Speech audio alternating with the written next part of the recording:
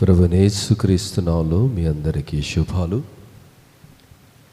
దేవుని మహాకృపను బట్టి గతించినటువంటి సంవత్సర కాలం ఈ కుటుంబాన్ని ఆదరించి నడిపించి ఓదార్చిన దేవునికి వందనాలు, స్తుతులు చెల్లిస్తున్నాను. దాసుని జీవితాన్ని వక్తులు పరిపరి విధాలుగా అభివర్ణించి అందంగా అద్భుతంగా ఆవిష్కృతం చేశారు. వారి జీవితాన్ని వింటుంటే విశేషంగా రెవరెండ్ జయరాజ్ గారు మాట్లాడుతూ అనేక విషయాలు ప్రస్తావించారు. చాలా క్లుప్తంగా అయినప్పటికీ శ్రేష్టమైన మాటలు. వారి మనవరాలు మాట్లాడుతూ వి మిస్ యూ డియర్లీ. బైబిల్లో ఒక మాట నాకు జ్ఞాపకం వచ్చింది.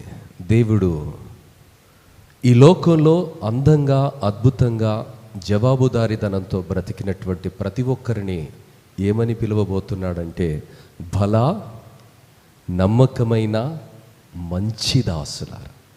మంచి దాసులుగా బ్రతకాలి, మంచిగా బ్రతకాలి, మంచినే చేయాలి. ఎందుకో తెలుసా? దేవుడు మంచివాడు కాబట్టి. ఆయన బిడ్డలమైన మనం మంచిగా ఉండాలని దేవుని వాక్యం మనని ఆదేశిస్తుంది. ప్రియులారా, అయ్యగారు 8 పదుల జీవితాన్ని, నిండు జీవితాన్ని వారు జీవించారు. ఇక్కడ టీచర్స్ చాలామంది ఉన్నారు.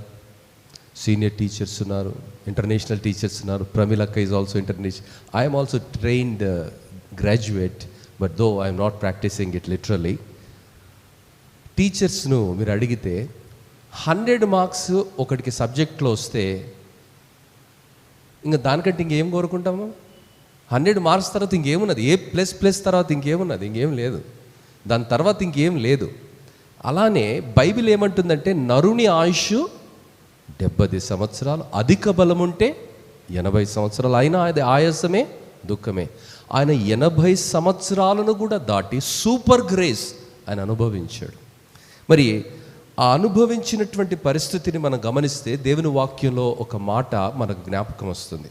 సామెతలు 10వ అధ్యాయం 27వ వచనం ఏమిటంటే, యెహోవా యందు భయభక్తులు కలిగియుండుట దీర్ఘాయువునకు కారణము, భక్తిహీనుల వయస్సు తక్కువైపోయాను. ఈ ఉదయకాలం నేను లేవగానే నాకు ఒక ఫోన్ కాల్ వచ్చింది. అన్నా, ఈ విషయం తెలిసిందా మీకు అన్నారు. ఎందుకు అంటే, వాడు దుబాయ్లో చనిపోయాడన్నా. చనిపోయే వయసు కాదు, గుండె నొప్పి వచ్చే వయసు కాదు. దుర్మార్గమైన జీవితాన్ని జీవిస్తే, మోసకరమైనటువంటి జీవితాన్ని జీవిస్తే, దౌర్భాగ్యమైనటువంటి విలువలతో జీవిస్తే జీవితం అర్ధాంతరంగా ముగుస్తుందని బైబిలే సెలవిస్తుంది. నీ కాలానికి ముందే నువ్వు ఎలా చనిపోతావు, బుద్ధిహీనంగా తిరగకని వాక్యం సెలవిస్తుంది.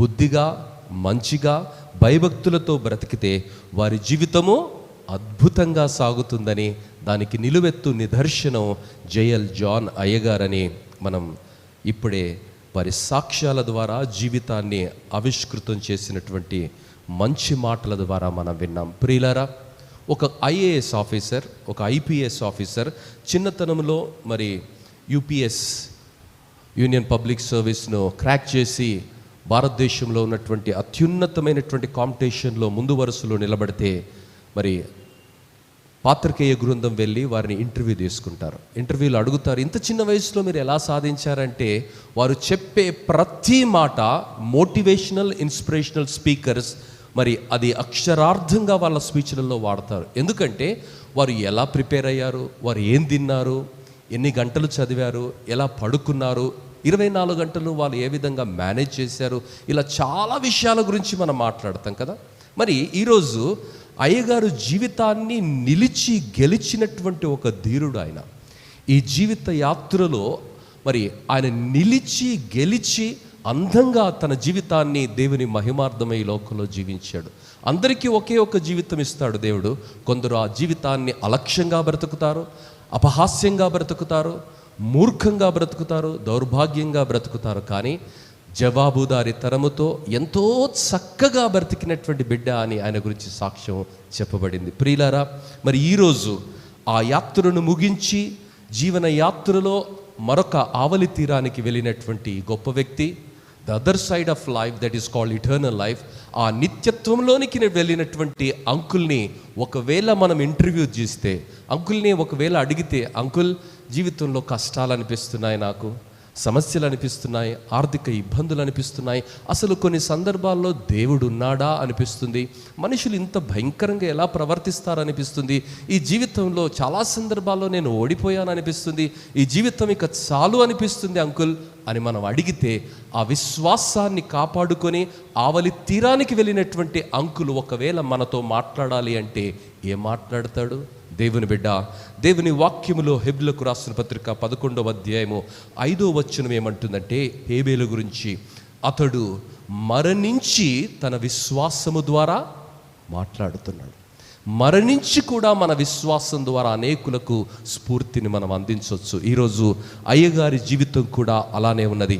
మరి అంత స్ఫూర్తిదాయకమైనటువంటి వ్యక్తులు, జీవితాన్ని నిలిచి గెలిచినటువంటి వ్యక్తులు, విశ్వాసాన్ని కాపాడుకున్నటువంటి వ్యక్తులు, పోరాటాలలో యోధులుగా బ్రతికినటువంటి వ్యక్తులు, విజయోత్సాహముతో తండ్రి సన్నిధికి చేరినటువంటి వ్యక్తులు, మన చుట్టూ వారి సాక్ష్యాలు, వారి యొక్క జీవితము ఆదర్శంగా ఉన్నటువంటి వేళ, ఈ లోకములో ఉన్నటువంటి కొన్ని చిక్కులలో పడి విశ్వాసంలో భ్రష్టులం కావద్దని దేవుని వాక్యం మనల్ని హెచ్చరిస్తుంది. హెబ్రీయులకు రాసిన పత్రిక 12వ అధ్యాయము 2-3 వచనాలు దయచేసి చదవవలసిందిగా మనవి చేస్తున్నాను. హెబ్రీయులకు రాసిన పత్రిక 12వ అధ్యాయము 2-3. మనము కూడా ప్రతి భారమును సులువుగా చిక్కులుబెట్టు పాపమును విడిచిపెట్టి విశ్వాసమునకు కర్తయు దానిని కొనసాగించువాడనైన యేసు వైపు చూచుచు మన ఎదుట ఉంచబడిన పందెములో ఓపికతో పరుగెత్తుదుము. ఎంత చక్కని మాట! ఒకవేళ అంకుల్ మాట్లాడితే ఇవే మాటలు మాట్లాడతాడు. అపోస్తులైనటువంటి పౌలు తన అవసాన దశలో, తన అంతిమ అంకములో సంఘానికి, విశ్వాస లోకానికి హెచ్చరికగా, ప్రేరణగా, స్ఫూర్తిగా పలుకుతున్నటువంటి మాట, నీవు నేను విశ్వాసాన్ని కాపాడుకోవాలి. సులువుగా మనల్ని చిక్కులో పెట్టే పాపాలలో, విశ్వాసములో నుండి మనల్ని వైదొలిగించే పరిస్థితులలో, మన దేవుని నుంచి మన దృష్టిని మరొక వైపు తిప్పగలిగినటువంటి పరిస్థితుల వైపు కాకుండా, ఓపికతో విశ్వాసమునకు కర్తయు దానిని కొనసాగించువాడైన క్రీస్తు వైపు చూస్తూ మన యొక్క ప్రయాణాన్ని మనం సాగించాలి. దేవుని బిడ్డ, మరి అపోస్తులుడైనటువంటి పౌలు యవనస్తుడైనటువంటి తిమోతితో మరి జీవితాన్ని ఎలా నిలిచి గెలవాలో, ఏవి చేయాలో, ఏమి చేయకూడదో, ఎవరితో జాగ్రత్తగా ఉండాలో, ఏ పరిస్థితులతో అప్రమత్తంగా ఉండాలో, ఏ పరిస్థితులలో నువ్వు ఎలా ప్రవర్తించాలో, ఎలా ప్రవర్తిస్తే నీ జీవితం ధన్యమవుతుందో అని 4వ అధ్యాయము ప్రారంభము నుండి ఆయన మాట్లాడుతూ 7వ వచనంలో తన వ్యక్తిగత జీవితాన్ని, తన అనుభవ సాక్ష్యాన్ని ఆయన జ్ఞాపకం చేస్తున్నాడు. అదేమిటంటే, మంచి పోరాటము పోరాడి తిని. ప్రియులారా, ఈరోజు పోరాటం ఉన్నది.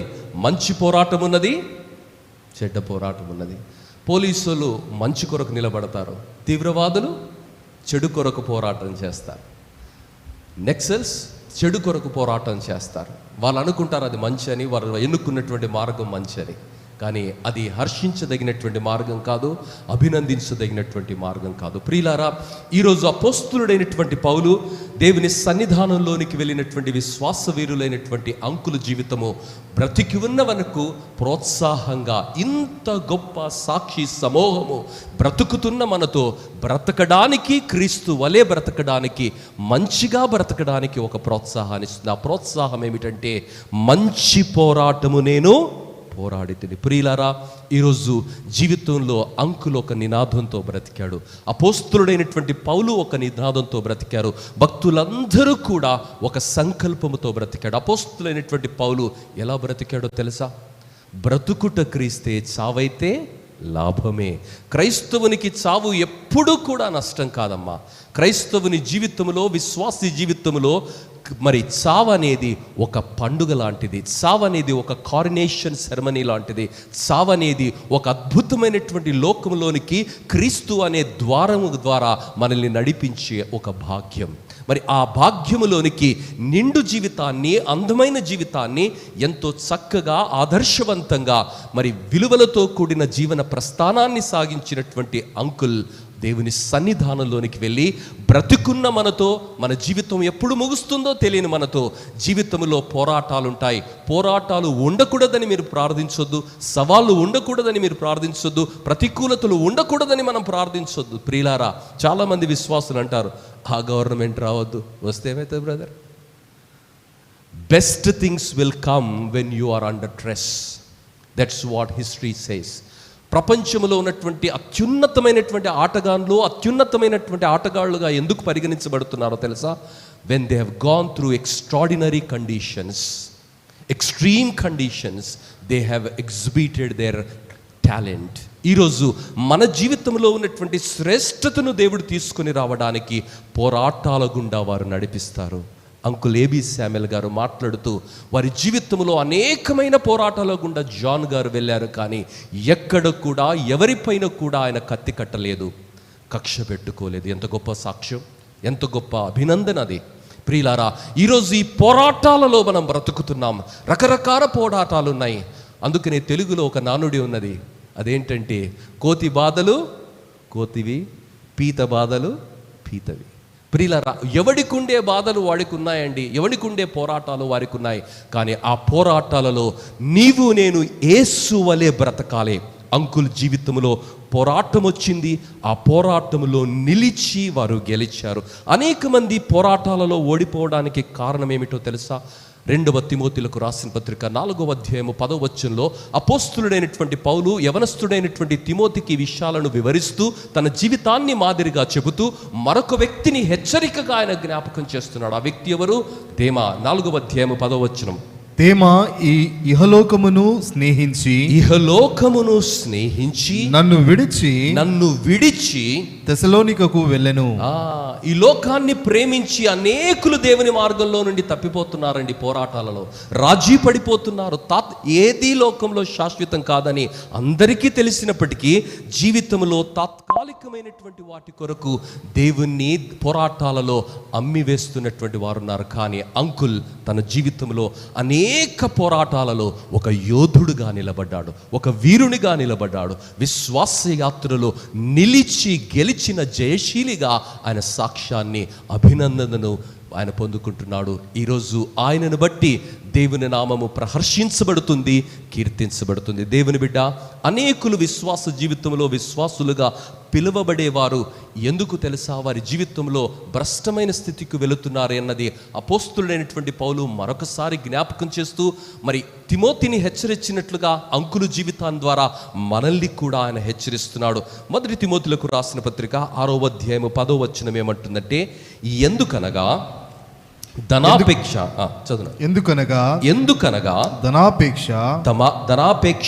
సమస్తమైన కీడులకు మూలము. కొందరు దానిని ఆశించి విశ్వాసము నుండి తొలగిపోయి నానా బాధలతో తమ్మును తామే పొడుచుకొనిరి. అయ్యో, ఎంత విచారం దేవుని బిడ్డ. ఈరోజు అంకుల్ విశ్వాసంతో బ్రతికాడు. లోకాన్ని ప్రేమించలేదు, లోకములో ఉన్న వాటిని ప్రేమించలేదు. అందుకనే యేసు ప్రభువు ఒక స్త్రీని ఆయన బైబిల్లో జ్ఞాపకం చేస్తున్నాడు. లూకాసు సువార్త 17వ అధ్యాయము 32వ వచనంలో లోతు భార్యను అందగత్తెన ఆమె గొప్ప విశ్వాసరాలా, ఎందుకు ఆమెను జ్ఞాపకం చేసుకోమంటున్నాడు దేవుడు? బుద్ధిహీనురాలామె. విశ్వాస వీరుడైనటువంటి అబ్రహాముతో నడిచింది. భర్తకు ఏం చెప్పాలో చెప్పవలసినటువంటి పరిస్థితి ఆమె నేర్చుకోలేదు. దేవదూతలు సొదొమ గొమొర్రా పట్టణాల నుండి చెయ్యి పట్టి బయటికి నడిపిస్తున్న ఆమె మనస్సు మాత్రం లోకంతోనే పడిపడింది. జీవితంలో పోరాటంలో దేవుణ్ణి కాకుండా తాత్కాలికమైన వాటిని ఆమె ప్రేమించింది. ఉప్పు స్తంభముగా చరిత్రలో నిలిచిపోయింది. అందుకే దేవుడు అంటున్నాడు, లోతు భార్యను జ్ఞాపకం చేసుకోండి. అనేకులు ఈ లోకంలో ఉప్పు స్తంభాలుగా మిగిలారు, కానీ సాక్షి స్తంభాలుగా నిలబడలేకపోతున్నారు. అంకులు సాక్షి స్తంభంగా వారు నిలబడ్డారు. కారణం ఏమిటమ్మా? లోతు భార్య ఆ ఉప్పు స్తంభంగా మారడానికి, దేమా లోకానికి వెళ్ళిపోవడానికి, దేవుని విడిచిపెట్టడానికంటే దేవుని వాక్యము స్పష్టంగా 1 యోహాను పత్రిక 2వ అధ్యాయము 15వ వచనంలో ఈ విధముగా సెలవిస్తున్నది. 1 యోహాను పత్రిక 2వ అధ్యాయము 15వ వచనంలో గమనిస్తే, ఈ లోకమునైనను లోకములో ఉన్నవాటినైనను ప్రేమింపకుడి. ఎవడైనను లోకమును ప్రేమించిన ఎడల తండ్రి ప్రేమ వానిలో నుండదు. ఎంత మంచి మాట దేవుని బిడ్డ. ఈరోజు దేవుడు మనల్ని అంకుల్ జీవితం ద్వారా మనల్ని ప్రోత్సహిస్తున్నాడు, మరో విధంగా హెచ్చరిస్తున్నాడు. అలా బ్రతకడం క్రీస్తులా సాధ్యమని ఆయన ప్రేరణిస్తున్నాడు. లోకాన్ని మనం ప్రేమిస్తే, లోకంలో ఉన్నదేంటమ్మా? ఏం లేదు. లోకంలో ఉన్నదంతా నేత్రాశ, శరీర డంబము, జీవపు డంబమే. డంబం ఉంది లోకంలో. ఈ లోకంలో ఉన్నటువంటి వాటిని ప్రేమించొద్దు. ఎప్పుడైతే లోకాన్ని మనం ప్రేమిస్తామో దేవుని ప్రేమ మనలో ఉండదు. దేవుని వాక్యము యోహాను సువార్త మొదటి పత్రిక 5వ అధ్యాయం 4వ వచనం ఏమంటుందంటే, దేవుని మూలముగా పుట్టిన వారందరూ లోకమును జయించుదురు. లోకమును జయించిన విజయము మన విశ్వాసమే. లోకమును జయించిన విజయము మన విశ్వాసమే. అంకులు పోరాటాలలో జయ జీవితాన్ని ఎందుకు పొందుకున్నాడో తెలుసా? ఆయన లోకాన్ని జయించగలిగిన స్థితిని ఎందుకు పొందుకున్నాడో తెలుసా? లోకంలో నుండి ప్రత్యేకంగా ఏర్పరచబడి దేవుని మూలముగా పుట్టినటువంటి వారు, దేవునిలో పుట్టినటువంటి వారు, దేవుని కొరకు పుట్టినటువంటి వారు. అందుకనే లోకములో సాక్షులుగా బ్రతికారు. ఈరోజు వారు మనకు ప్రేరణగా, స్ఫూర్తిగా, అందమైన జీవితాన్ని ఎంతో పొందికగా జీవించినటువంటి వారి జీవితం ఆదర్శంగా నిలుస్తుంది. రెండో విషయము, మంచి పోరాడి తిని నా పరుగును కడముట్టించింది. రెండో విషయం, అపోస్తలుడైన పౌలు యవనస్తుడైన తిమోతికి చెబుతున్నాడు, నా పరుగును కడముట్టించింది. In the end some lose their goal because they don't have love for God. ఎందుకండి కొంతమంది ఆరంభ శూరత్వం కనిపించారు? They started very well, but how come they have lost their focus from God? How they have forgotten their destination? Because they did not love God enough. దేవుడు రెండే ఆజ్ఞలు ఇచ్చాడు నూతన నిబంధనలో. మొట్టమొదటి ఆజ్ఞ ఏంటో తెలుసా? నీ పూర్ణ హృదయముతో, నీ పూర్ణ మనస్సుతో, నీ పూర్ణ ఆత్మతో పక్కోలను ప్రేమించు, బంధువులను ప్రేమించు, వీళ్ళను ప్రేమించమన్నాడు. ఎవరిని ప్రేమించమన్నాడు? అమ్మా నాన్నను కూడా నువ్వు ఎక్కువ ప్రేమిస్తే ఆయనకి ఇష్టం లేదు తెలుసా? అదే అన్నాడు, నీ తల్లినైనను నీ తండ్రినైనను నాకంటే ఎక్కువగా నువ్వు ప్రేమిస్తే నువ్వు నాకు. దేవుడు రోషం గల్లోడమ్మా. ఆయనను ఎలా ప్రేమించాలో తెలుసా? నిండు మనసుతో ప్రేమించాలి, సంపూర్ణంగా ప్రేమించాలి, 100% ఆయనను ప్రేమించాలి. Not 99.99%. Also God will not accept. దేవుని బిడ్డ, మరి అలా జీవిస్తున్నామా అన్నది ప్రశ్న. మరి అంకుల్ అలా జీవించాడని సాక్ష్యాన్ని పొందారు. ఎవరైతే అలా జీవించరో వారు తప్పిపోయే ప్రమాదం ఉన్నది. దేవుని వాక్యము యోహాను సువార్త 14వ అధ్యాయం 15వ వచనం ఏమని సెలవిస్తుంటే, మీరు నన్ను ప్రేమించిన ఎడల నా ఆజ్ఞలను గైకొందురు.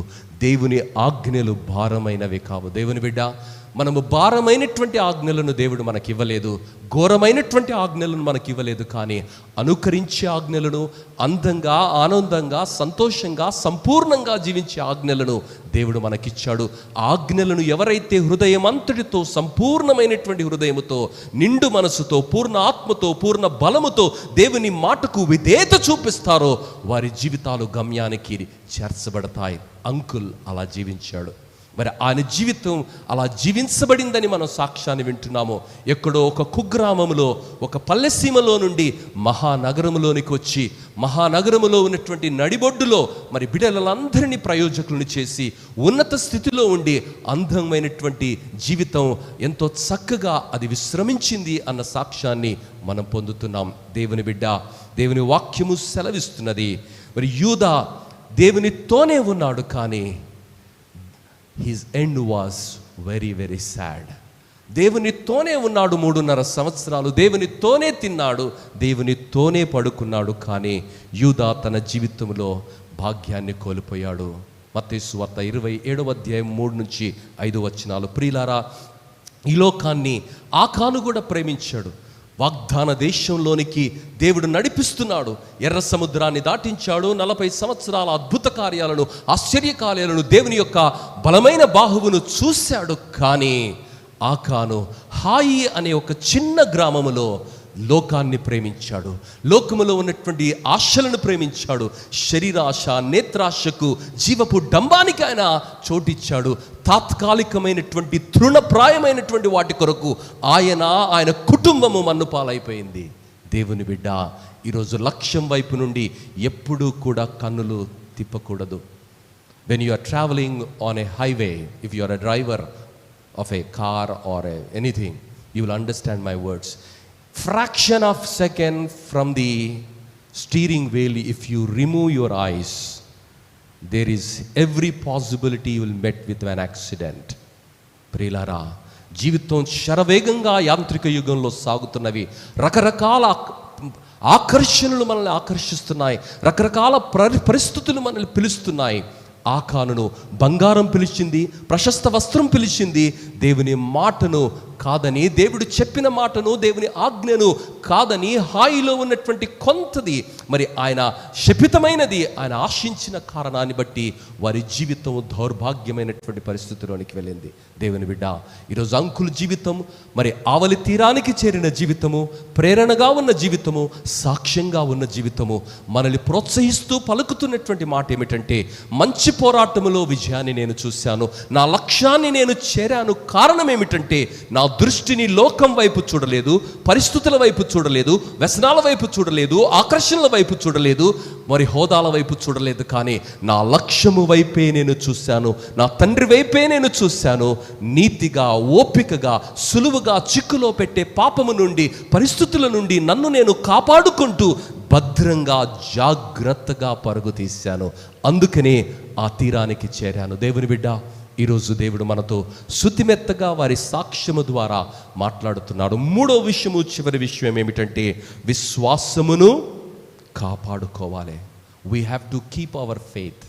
దేవుని బిడ్డ, రూతు, ఓర్పా ఒకే పరిస్థితిలో నుండి ప్రారంభమయ్యారు. ఓర్పా దేవుని యొక్క సంకల్పాన్ని మరిచిపోయింది, విశ్వాసం నుండి వైతొలిగిపోయింది. కానీ ఉన్న పరిస్థితుల్లో దేవుడే అత్తతో చెప్పినటువంటి మాట, నీ దేవుడే నా దేవుడు, నీ ప్రజలే నా ప్రజలు, నీ దేశమే నా దేశము, నీవు చనిపోయిన స్థలములోనే నేను చనిపోతానని మరి రూతు అడుగులు వేసిన కారణాన్ని బట్టి, ఆమె విశ్వాసాన్ని కాపాడుకున్న కారణాన్ని బట్టి యేసుక్రీస్తు వంశావళిలో ఆమె పేరు కూడా లిఖించబడినది.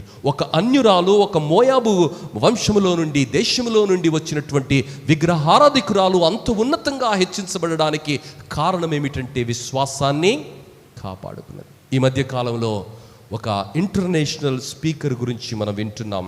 It is very very heart breaking. ఆయన జీవితంలో భయంకరమైన పాపంలో ఆయన బ్రతికాడని, ఆయన జీవితం చాలా అస్తవ్యస్తంగా ఉన్నదని, వ్యభిచారం అనే పాపములో ఆయన కొనసాగాడని, ఆయన బోధలు చాలా ఉధృతంగా, అద్భుతంగా చేసేవాడని, ఆయన పేరు మీద ప్రపంచమంతా సువార్తీకరణ జరిగిందని. కానీ ఆయన జీవితం అస్తమించిన తర్వాత ఆయన ప్రారంభించిన ప్రతి పని కూడా ముగిసిపోయిందండి. సంవత్సర కాలము కాకమునిపై ఎంత విచారం, ఎంత విచారం. దేవుని బిడ్డ, చాలామంది గొప్పగా ప్రారంభమయ్యారు, కానీ అంతే హీనంగా వారి జీవితాలు ముగిసిపోయాయి. అంకుల్ జీవితం అందంగా ప్రారంభమైంది, అద్భుతంగా ముగిసింది. కారణం, విశ్వాసాన్ని వారు కాపాడుకున్నారు. ప్రియులారా, 12 మంది వేగుల వారు ఆ వేగు చూడడానికి వెళ్ళారు, వాగ్దాన దేశంలోనికి వెళ్ళారు. 12 మంది ఒకే విషయాన్ని చూస్తున్నారు, అయితే 10 మంది తప్పుగా ఆలోచించారు, తప్పుగా మాట్లాడారు, విశ్వాసరహితమైన మాటలు మాట్లాడారు. కానీ మరి విశ్వాసముతో, విశ్వాస సహితమైన మాటలు మాట్లాడిన యెహోషువ, కాలేబులను దేవుడు ఆశీర్వదించి వాగ్దాన భూమిలోనికి నడిపించారు. దేవుని బిడ్డ, మరి నిండు మనసుతో కాలేబు దేవునిని అనుకరించినందుకు కాలేబుకు దేవుడు ఏమిచ్చాడు? హెబ్రోనును స్వాస్థ్యంగా ఇచ్చాడు. ఈరోజు నిండు మనసుతో దేవుణ్ణి ఆరాధిస్తే, నిండు మనసుతో సంపూర్ణంగా దేవుణ్ణి ఆరాధిస్తే, పూర్ణ బలముతో, పూర్ణ ఆత్మతో దేవుణ్ణి ఆరాధిస్తే, దేవుడేమంటున్నాడంటే, నీకు పరలోకాన్ని బహుమానంగా ఇస్తాను, జీవ కిరీటాన్ని నీకు ఇస్తాను, నీతి కిరీటాన్ని నీకు ఇస్తాను, ఆ 7 కిరీటాలను నేను నీకు ధరింప చేస్తాను. జీవన పోరాటంలో రాజీ పడకుండా నీవు నడిస్తే, దేవుని బిడ్డ, యేసు ప్రభు ఏమంటున్నాడో తెలుసా? మత్తయి సువార్త 24వ అధ్యాయము 13వ వచనంలో, అంతము వరకు నిలబడాలి. సార్, నేను మావాడు చాలా సాక్ష్యం ఉండి, ఇప్పుడు ఏమైంది సాక్ష్యం? తుస్సు అన్నది సాక్ష్యం. చాలామంది జీవితంలో సాక్ష్యాన్ని కోల్పోతున్నారు. ఒకప్పుడు ఉండే అండి, మరి ఇప్పుడేమైంది? ఒకప్పుడుది విల్ నాట్ బి యాక్సెప్టెడ్. తాతలు నేతులు తింటే ఈరోజు మూతులకు వాసనలు వస్తాయా? ప్రియులారా, నా జీవితము రోషంగా బ్రతకాలి, నీతిగా బ్రతకాలి. ప్రతిరోజు పోరాటమే, ప్రతిరోజు యుద్ధమే. మన శరీరములో మన ఆరోగ్య వ్యవస్థ నిరంతరము మరి రోగముతో, క్రిమి కీటకాలతో పోరాటం చేస్తున్నది. టీచర్స్ ఉన్నారు, science teachers, they will understand. We are all educated people. 24/7 our protective system is on. ఒక 5 seconds అది ఆఫ్ అయినా కూడా మనం రోగంతో బాధపడతామమ్మా. ప్రియులారా, ఈరోజు 24/7 we should be vigilant and we should be very very wise in taking decisions. ఎందుకంటే విశ్వాసములో నుండి తప్పిపోయే ప్రమాదం ఉన్నది. ఎవడైతే అంతము వరకు విశ్వాసాన్ని కాపాడుకోడో వాడు విడవబడతాడు.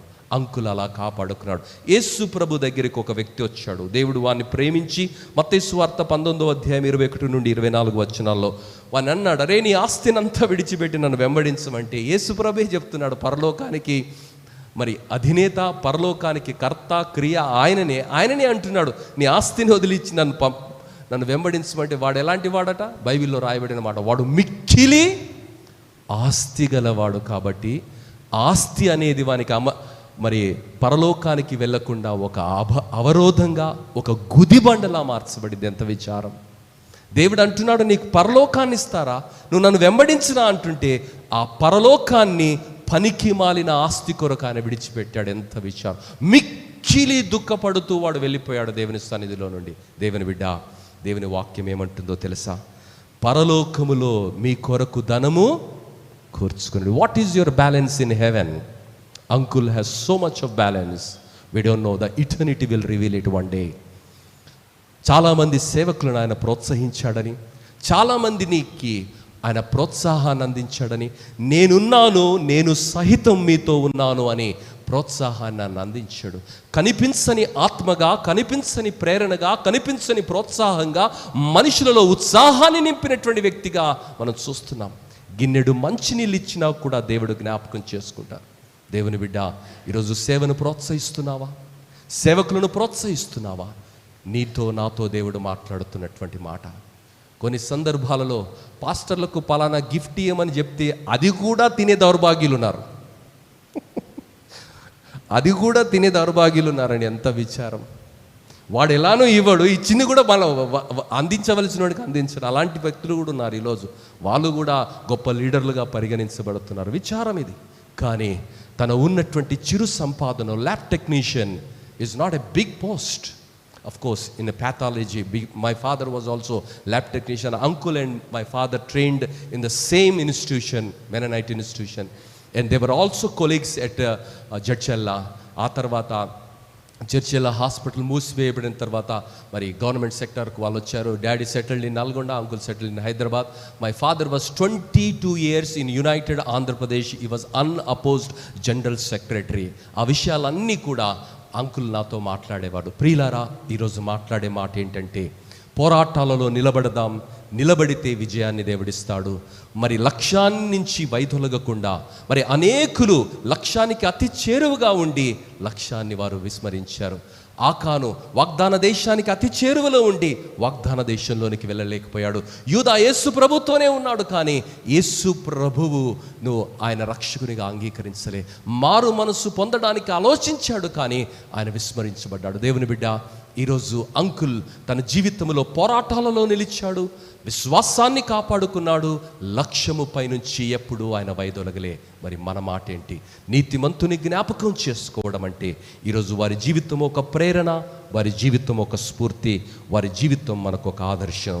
లోకాన్నైనను లోకములో ఉన్న వాటినైనను ప్రేమింపకుడి. ఒకవేళ నువ్వు ప్రేమిస్తే లోకంని దేవుడు నీలో ఉండడు. దేవుని బిడ్డ, ఈరోజు మనుషులు రకరకాల వాటిని బట్టి దూరం అయిపోతున్నారు.